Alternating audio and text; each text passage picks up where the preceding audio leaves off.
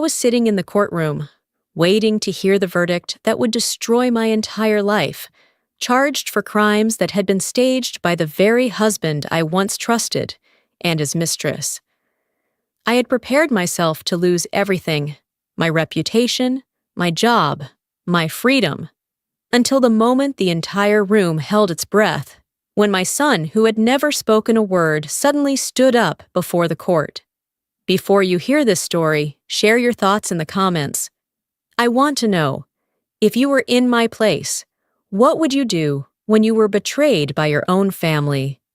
On the morning of October 15th, the Seattle sky was gray and drizzling, the kind of lingering Pacific Northwest rain that seemed to seep into the bones and reflect the darkest shadows of my deepest fears.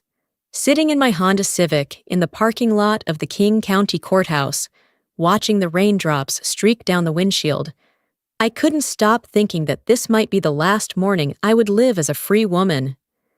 In just 2 hours, I would face a jury of 12 strangers, people who would decide whether I had embezzled nearly $200,000 from my own business or not. A crime I never committed, one that had been carefully staged by the people I had trusted with my very life.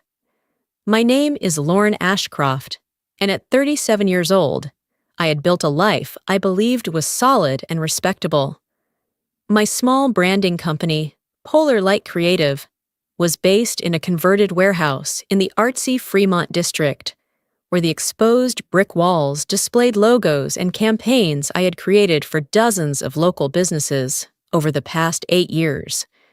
Starting with just a laptop, a relentless work ethic, and an eye for design that seemed to fit perfectly with Seattle's startup spirit, I had grown the company from a one-woman operation into a thriving business with 6 employees and a client list that included some of the city's most innovative startups. My work consumed my 20s in ways that were probably not entirely healthy, but it gave me a sense of necessity and purpose. While my friends were getting married and having children, I stayed up all night to meet deadlines, networked at industry events, and slowly built a reputation so that clients came to me instead of the other way around. The sacrifices were absolutely worth it, financially, creatively, and personally. I was proud of what I had achieved, proud of the independence it gave me, and proud of the example I had set for my son about the value of hard work and determination. My marriage to Patrick was part of that carefully built life, although looking back, I should have paid more attention to the small cracks that had been forming in our relationship over the years. We met 13 years ago at a friend's Christmas barbecue, where Patrick's charm and wit immediately caught my attention. At the time he was 39 years old, the marketing director of a mid-sized tech company with an easy confidence that made him the center of attention at parties and a natural leader in group conversations. In the early years of our marriage, Patrick seemed to genuinely support my business ambitions and was even proud of my success. He often bragged to friends and family about his entrepreneur wife and shared my wins as if they were his own. But as Polar Light Creative grew and started generating more revenue than his corporate salary, something shifted in our relationship. The pride slowly turned bitter. The support became sarcastic praise, and I found myself increasingly downplaying my achievements to avoid the subtle but unmistakable tension that my success seemed to create in our home. However, the most important member of our family was Elliot, my 10-year-old son, whose intelligence and sharpness constantly amazed me. Despite, or perhaps because of, his complete silence, Elliot had never spoken a single word in his entire life, not because of a physical disability or developmental delay, but for reasons that remained a mystery to doctors, therapists, and family members who had done everything they could to encourage him to find his voice. Elliot communicated brilliantly through writing, sign language, and expressive body language, capable of conveying complex thoughts and emotions without words. Eliot's teachers always praised his intelligence, creativity, and compassion, noting that he seemed to understand social dynamics and emotional undercurrents in ways his more talkative peers often did not. But Eliot's silence was always a disappointment to Patrick, who seemed to treat our son's muteness as some kind of reflection of our failure as parents. The first real signs that the life I had carefully built was about to collapse came on a Tuesday morning in late August, when two deputies from the King County Sheriff's Office walked into my office carrying a search warrant and evidence boxes. The warrant alleged that I had systematically embezzled money from client accounts, manipulated financial records to cover my tracks, and used my business as a front for money laundering activities that had allegedly been going on for more than 2 years.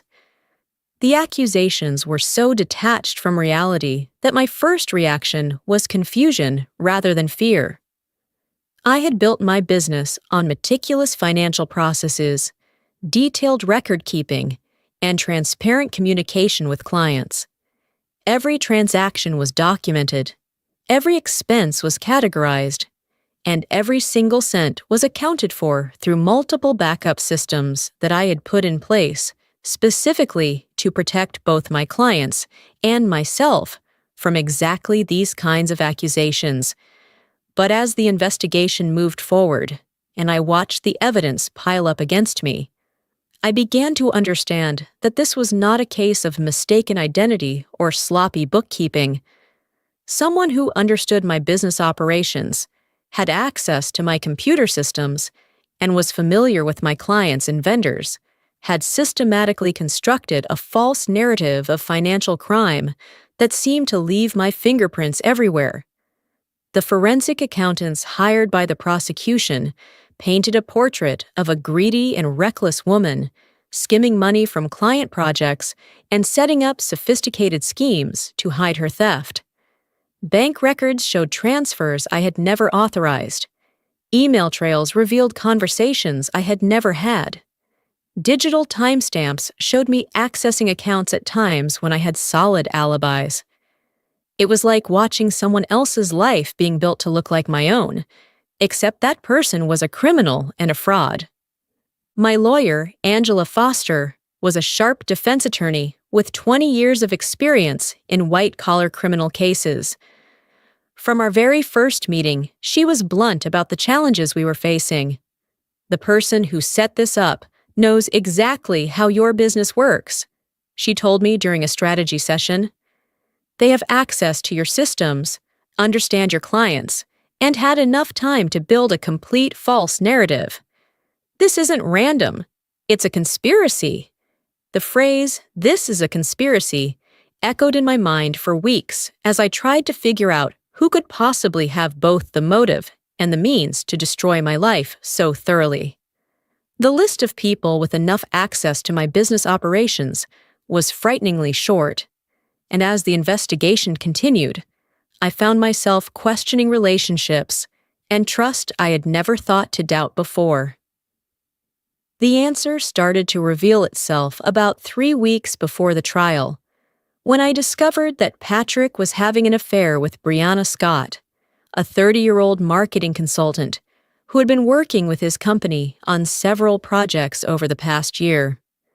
Brianna was everything I was not: blonde, conventionally beautiful, and possessing a natural femininity that men like Patrick found hard to resist after years of being married to someone who valued profit over appearance. The affair itself was painfully real, but not entirely unexpected. I had felt Patrick slowly pulling away from our marriage for months, finding excuses to work late, taking private phone calls, and showing less interest in family activities or intimate conversations. What I did not expect was the depth of their plot or the effort they had put into pushing me out of their lives. Through Angela's investigation, we discovered that Patrick and Brianna had been planning their future together for nearly a year, and that future had no place for me or Elliot. They had opened joint bank accounts, looked at apartments together, and discussed moving to California, where Brianna had family and Patrick believed he could find better career opportunities. The only obstacle to their happy ending was our marriage, and the inconvenient truth that Elliot required care and attention that neither of them wanted to give. The embezzlement scheme was their solution to multiple problems. By pinning financial crimes on me that could lead to significant prison time, they could end our marriage without going through an expensive divorce, gain custody of Elliot long enough to place him in a special needs care facility, and even position themselves as victims in order to receive sympathy and financial support from family and friends. As the trial date drew closer, I found myself being pulled into the nightmare of legal procedures, media attention, and social isolation that threatened to drain the little emotional energy I had left. Friends began to avoid me, clients canceled contracts, and even relatives seemed to doubt my innocence in the face of such convincing evidence. The loneliness was almost as crushing as the legal danger, making me wonder whether I could survive this ordeal and still keep any relationships or reputation at all. Meanwhile, Elliot became even more withdrawn than usual, spending hours in his room and communicating only when absolutely necessary. I constantly worried about how the stress was affecting him, whether he understood what was happening, and what would happen to him if I were convicted and had to spend years in prison. The trial began on a Monday morning in mid-October, in the courtroom of Judge Patricia Hernandez, a wood-paneled space that looked more like a theater than a place where real lives were decided. The gallery was packed with reporters, curious spectators, and people I recognized but could not place, former clients, business acquaintances, and neighbors who had come to watch me be humiliated in public. Patrick sat in the front row, playing the role of a supportive husband with a convincingly sincere expression. He wore the dark gray suit I had bought him for his birthday the year before, and his face carried exactly the mix of worry and confusion people expect to see on a man whose wife has been accused of serious financial crimes. Elliot sat beside him, hunched over in his seat, head down, looking smaller and more fragile than his age. Behind them, in the second row, was Brianna Scott, although I didn't know she would be there until I saw her distinctive bleached blonde hair and recognized the confident posture that had caught my attention at several of Patrick's company parties. Her presence felt like a taunt, an intentional provocation, reminding me of everything I had lost and everything she stood to gain from my collapse. ACT5. The prosecution's case was presented in a structured, thorough, and extremely convincing way. Assistant District Attorney Victor Halstead had clearly spent months preparing his presentation, arranging the evidence in a way that told a coherent story of greed, deception, and betrayal leading to the crimes I was accused of. He displayed bank records showing suspicious money transfers, introduced email evidence of exchanges that were claimed to be mine with alleged accomplices, and called witnesses to testify about irregularities they had noticed in billing and project management. Each piece of evidence felt like a nail being hammered into my coffin, carefully crafted to reinforce a story that bore no resemblance to my real actions, yet seemed completely convincing to anyone who didn't know me. I watched the faces of the jury as the evidence was presented, seeing suspicion and rejection replace whatever neutral attitude they might have started with. Angela fought back with everything she had, challenging the authenticity of the digital evidence, questioning the chain of custody of the financial records, and presenting witnesses who testified to my integrity and professionalism. But we were fighting an uphill battle against evidence that seemed overwhelmingly persuasive and comprehensive. The turning point came on Wednesday afternoon, on the last day of testimony. Victor presented what he described as the most damaging evidence against me: recorded phone conversations in which a voice that sounded very much like mine discussed transferring money from client accounts and hiding the transactions by falsifying records. As the recordings were played in the silent courtroom, I felt my last bit of hope dissolve. The voice was so familiar that even I began to doubt my own memory. Had I forgotten making those calls? Had the stress caused me to lose memories of committing crimes? A CT6. But then Elliot did something that changed everything. My silent son, who had never spoken a single word in his entire life, who communicated only by writing and sign language, who had sat motionless through days of testimony that would decide his mother's fate, suddenly stood up in the gallery and raised his hand. Judge Hernandez noticed immediately. "Yes, young man? Do you need something?" Elliot walked forward in slow, steady steps, his posture straight and his expression more determined than ever. He approached the bailiff and signaled that he needed paper and a pen. The courtroom fell completely silent, everyone sensing that something unprecedented was about to happen. The bailiff handed Elliot a stack of paper and a pen, but my son placed them down with careful precision. He lifted his head and looked at the judge.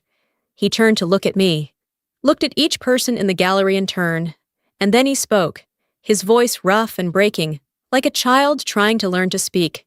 "Your Honor, my name is Elliot Stanton." The expressions on Patrick's face and mine, and on the faces of everyone who knew about my son's condition, shifted from curiosity to shock when he said, "I am the defendant's son, and I have never spoken before, but I need to tell you that my mother is innocent. I have evidence that proves who really committed these crimes, and I need the court to hear this evidence before you make a decision about my mother's future." Gasps and whispers spread through the courtroom, unlike anything I had ever experienced. Patrick's face went pale. Brianna looked stricken, and I felt as if the world had tilted on its axis. My silent son, in my darkest moment, had found a way to speak. Elliot reached into his backpack and pulled out a small digital recording device, the kind students usually use to record lectures. He handed it to the bailiff, who then passed it to Judge Hernandez. A CT7. "Your Honor," Elliot continued, his voice more stable now. "I recorded my father and his girlfriend planning how to destroy my mother. They thought I wouldn't understand or remember what they said because I can't speak. But I understood everything, and I recorded their conversations because I knew my mother would need proof."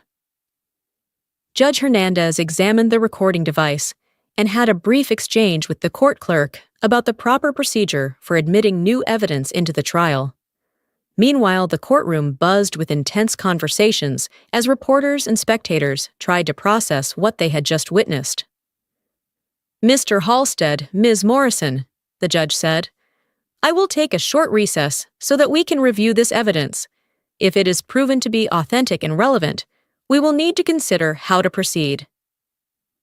During the recess, the small conference room next to the courtroom was so silent it felt suffocating. There were only 3 of us, me, Angela, and Elliot. The door was tightly shut, the noise from the hallway swallowed as if it had been devoured. The white fluorescent light shone down on my son's pale face. He sat curled in on himself, his trembling hands resting on the scratched old wooden table. I pushed a stack of blank paper and a pen toward him. There were no therapists, no speech specialists there. I did not dare let my son try to speak. Elliot picked up the pen, his fingers white from gripping it too tightly. He wrote quickly, the letters slanted, slightly shaky but clear in every stroke.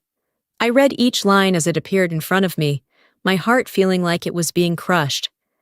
My son wrote very fast, describing how one evening he had hidden in the hallway outside Patrick's home office when he heard loud voices, how he had recorded many conversations over 3 weeks, and how he had waited for the right moment to reveal what he knew. "I was afraid they would hurt you if I spoke too early," he wrote. "I wanted to wait until you really needed help." He looked up at me. His big brown eyes were shiny with tears that would not fall. There was only a silent pain so deep that I felt as if I were being torn apart myself. I pulled his head into my chest, unable to say a word. Angela sat beside me, her hand gripping mine until her knuckles went white. 30 minutes later, the trial resumed. Judge Hernandez announced that the recordings would be played for the jury after being authenticated by the court's technical expert.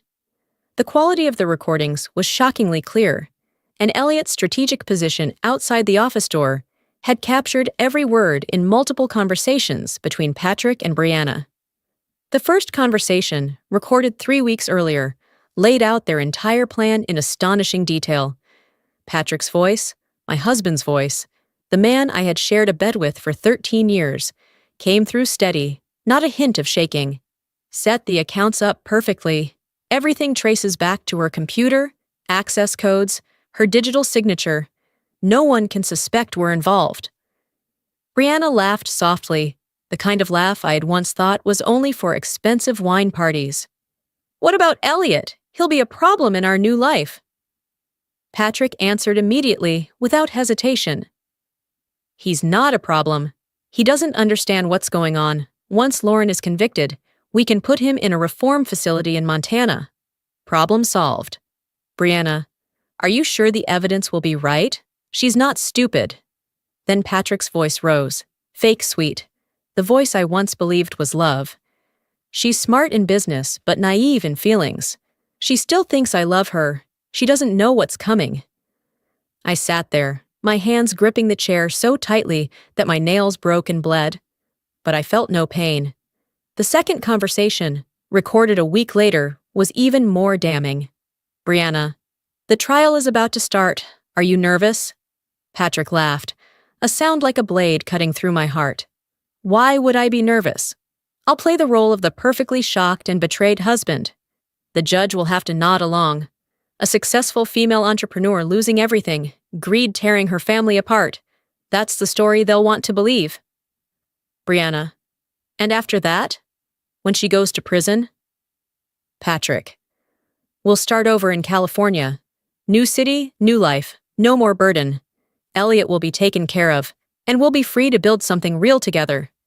The third and final recording captured their conversation just 2 days before the trial began. Patrick's voice dropped, pretending to sigh. I almost feel sorry for Elliot. The kid's a good child, even if he's a bit... Brianna cut in, cold as ice. Don't get soft. You said it yourself. He needs professional care that neither of us can provide. We're helping him by making sure he gets proper treatment. Patrick chuckled softly. You're right. Lauren brought this on herself by being too controlling, too obsessed with that damn career. Maybe prison will teach her some humility. Brianna, by the time she gets out, we'll be settled and successful, and she'll be a middle-aged ex-con with no future. Justice will have been served. The courtroom was completely silent. As the recordings played, I watched the jurors' faces shift from doubt to shock, and then to fury. Some jurors were taking furious notes, while others simply stared at Patrick and Brianna with looks of disgust. Patrick tried to keep his innocent expression during the first recording, but by the third conversation, his mask had completely fallen away. He slumped back in his seat, his face pale, while Brianna looked like she was trying to hold back tears. When the recordings ended, Judge Hernandez spoke in the courtroom with barely controlled anger. Mr. Halstead, in light of this new evidence, how does the prosecution wish to proceed? Attorney Halstead, clearly as stunned as everyone else, slowly stood and said to the court, Your Honor, based on this evidence of conspiracy and perjury, the prosecution moves to dismiss all charges against Ms. Stanton immediately. We will also be filing charges against Mr. Patrick Stanton and Ms. Brianna Scott for conspiracy, fraud, perjury, and conspiracy to kidnap. The judge's response was swift and decisive. Motion granted. All charges against Ms. Stanton are dismissed with prejudice. Bailiffs, please take Mr. Stanton and Ms. Scott into custody. The next few minutes passed in a chaotic blur as officers arrested Patrick and Brianna, reporters rushed to take notes, and spectators buzzed with excitement at the dramatic turn of events. Throughout it all, Elliot sat quietly beside me, his hand gripping mine tightly, his face calm for the first time in months. Watching Patrick being arrested was especially satisfying. The man who had so cruelly orchestrated my destruction now had to endure the public humiliation of his own, being led away in handcuffs while cameras flashed, and the carefully built fake face he had constructed collapsed completely. "This isn't over, Lauren," he shouted, as the bailiffs escorted him out of the courtroom. "You will pay for this." "No, Patrick," I replied calmly, wrapping my arm around Elliot's shoulders. "You will." Brianna's arrest was quieter, but no less meaningful. The woman who had cruelly destroyed my life and pushed my son toward a mental institution was now facing years in prison for her crimes. As she was led away, she looked at Elliot with hatred, perhaps finally realizing that she had underestimated the quiet boy whose silence had hidden such strength and determination. In the days that followed, the media coverage was loud and overwhelmingly supportive. Elliot's courage in speaking up, both literally and figuratively, captured public attention, transforming him from a potential victim into a hero. Interview requests poured in, although I politely declined them all, wanting my son to return to a quiet life with a clear conscience and the belief that he had saved his mother. The business impact was more complicated, but ultimately positive. Some clients returned immediately, apologizing for doubting my integrity and offering new projects to show their support. Other clients took more time to rebuild trust, but the dramatic exoneration that Elliot's evidence brought about ultimately restored my professional reputation completely. More importantly, this experience taught me invaluable lessons about trust, intuition, and the importance of listening to those who love us most. Elliot had tried to protect me for months, watching and recording evidence of the conspiracy against me, because he understood, without speaking it, that his mother was in danger and needed his help. I only truly understood how terrifying Patrick and Brianna were later, when Elliot wrote for me to read what he had endured during the months I was busy with work and numbers. Elliot once wrote that one evening, while I was still at the office, Patrick brought Brianna home and called him into the study. The room was always closed, always smelled of Brianna's perfume, mixed with the scent of old wood. Patrick sat behind the desk, twirling a metal pen in his hand, his eyes not on Elliot but on the computer screen. Then he said very softly, as if talking about the weather, "Your mother is going far away." Elliot stood still. Patrick tilted his head, looking at him in the way only truly cold people do. "And if you say anything, no one will believe you. No one believes a mute child. No shouting, no obvious threats. Just a simple, smooth sentence, like an obvious fact." What made my hands shake the most when reading the lines Elliot wrote was that Patrick had tried to turn my son into unreliable. He had secretly arranged an appointment with Elliot's psychologist. He didn't tell me. In that meeting, Patrick said that Elliot had unstable behaviors, had tendencies to fantasize, and might make up stories in his head. He wanted a medical record, a label, a stamp on my son, not to help him, but so that if my son said something, no one would believe it. Elliot understood very clearly what they were doing, not with words, but with silence. His silence, which had always been seen as a limitation or a challenge, turned out to be the very quality that allowed him to gather evidence that no one else could have obtained. People underestimated him because he did not speak, never realizing that his silence made him invisible to the adults who were plotting crimes they believed he could not possibly understand. 6 months after the trial, Patrick and Brianna both pleaded guilty to multiple felonies and received significant prison sentences. Patrick was sentenced to 8 years in federal prison, while Brianna received 6 years. Neither of them showed any remorse at their sentencing hearing, claiming their actions were justified because of what they considered my controlling behavior and my success. Patrick and Brianna's sentencing took place on a gray April afternoon, with the same relentless Seattle drizzle. I hadn't planned to go, but Angela advised that I should be there. To close it completely. I took Elliot with me. He was 11 years old now, a little taller, but still as silent as ever with the outside world. When it was Patrick's turn to give his final statement before the sentence, he stood up, still trying to keep the air of a wronged man. Then he looked straight at Elliot. "The jury may believe the words of a mute boy, but I will never forgive blood that betrays me." He turned his head, his voice growing softer, but still clear enough for the two of us to hear. "You are the biggest mistake of my life, Elliot. If I ever get out of here, I will make both you and your mother pay 100 times over." The courtroom went completely silent. I felt Elliot's hand trembling in mine in waves. I tightened my grip, expecting him to cry. But no. He just looked at his father for a long time, then quietly pulled a small prepared envelope from his pocket, asking the bailiff to bring it up to the judge's bench. Judge Hernandez opened it and read aloud each neatly handwritten word from my son. "You are the biggest mistake of my life.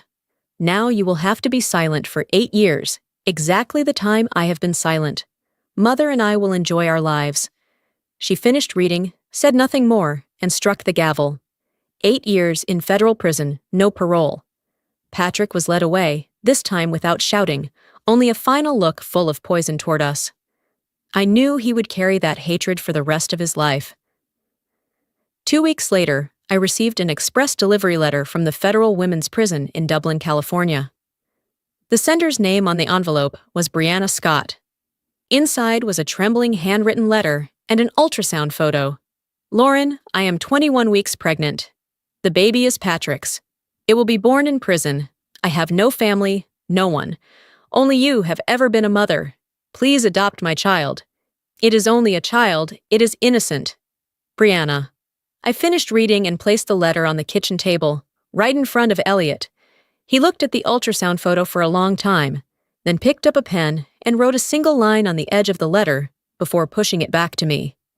"The child is not at fault, but its mother has already made the choice for it." I folded the letter, put it back into the envelope, wrote 3 words on the front, "Adoption refused," and sent it back to the prison. Not a single line of explanation. I did not need to be kind to someone who had tried to throw my son away like a broken object. Elliot and I moved to a smaller house in a quieter neighborhood, closer to his school and my office. The new space felt lighter and more peaceful than the old house, free from the tension and deception that had marked the last years of my life. Elliot seemed happier and calmer, spending time reading, drawing, and pursuing interests that brought him joy. He still did not use words much, but his ability to communicate through writing had become far more expressive and subtle. Now he wrote poetry, beautiful observations about the world around him, revealing a depth of understanding and emotion that amazed me constantly. His teachers said he was one of the most thoughtful and compassionate students they had ever met. Sometimes people asked me whether I wanted Elliot to start speaking, whether I hoped that his dramatic intervention in court might open something that could lead to verbal communication. But I had learned that Elliot's voice had always been present and powerful. It just did not use sound. His silence was never a limitation. It was simply a different way of existing in this world, one that ultimately saved both of our lives. This experience taught me that strength comes in many forms, that love sometimes demands extraordinary courage, and that the people who understand us best are often the ones who see solutions we ourselves cannot imagine. Elliot's silent testimony became the loudest voice in that courtroom that day, speaking the truth with a power that no false evidence could ever overcome. Today, as I watched my son doing his homework at the kitchen table, writing in the careful handwriting that has become his own signature way of expression, I thought again about the gift his silence has given to both of us. In a world full of noise and lies, his quiet truth cut through every deception and set us free. The boy who was never expected to speak became the voice that saved us both, proving that sometimes the most powerful testimony does not come from what we say, but from what we choose to reveal when silence is no longer an option. One evening in early October, it was raining in Seattle again. I was washing dishes, and Elliot was sitting at the kitchen table drawing. Suddenly, he stood up, walked behind me, and wrapped his arms around my waist like he did every day. I smiled, dried my hands, and turned around to pat his head. And then I heard it.